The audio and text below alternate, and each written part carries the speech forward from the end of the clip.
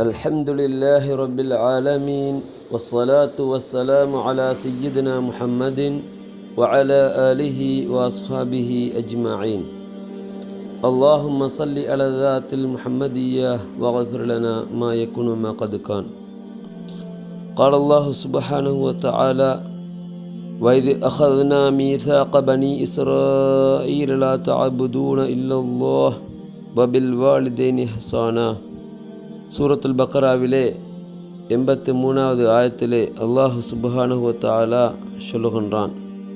அதாவது, கண்மணி நாயகம் ரசூலுல்லாஹி ஸல்லல்லாஹு அலைஹி வஸல்லம் அன்னவர்களுடைய உம்மத்துக்கு, அவர்களுக்கு முன்னால் வாழ்ந்த பனு இஸ்ரவேலர்களுடைய விடயத்திலே அல்லாஹ் சுப்ஹானஹு வ தஆலா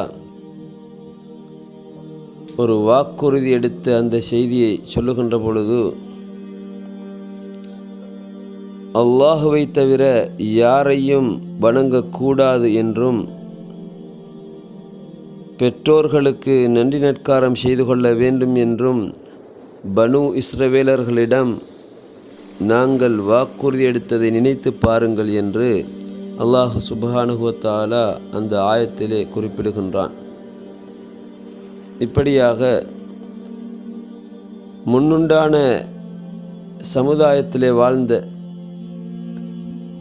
அந்த மனிதர்களுக்கும் அந்த பனு இஸ்ரவேலர்களுக்கும் கூட அவர்களுடைய பெற்றோர்களை பராமரித்து அவர்களுக்கு நன்றி நற்காரம் செய்து கொள்ள வேண்டும் என்ற வாக்குறுதியை அல்லாஹ் சுப்ஹானஹு வ தஆலா எடுத்திருக்கிறான் என்று சொன்னால், பெற்றோர்களுடைய அந்தஸ்து அல்லாஹ்விடத்திலே எந்த அளவுக்கு உயர்ந்ததாக இருக்கிறது என்பதை நாம் சிந்திக்க கடமைப்பட்டவர்களாக இருக்கின்றோம்.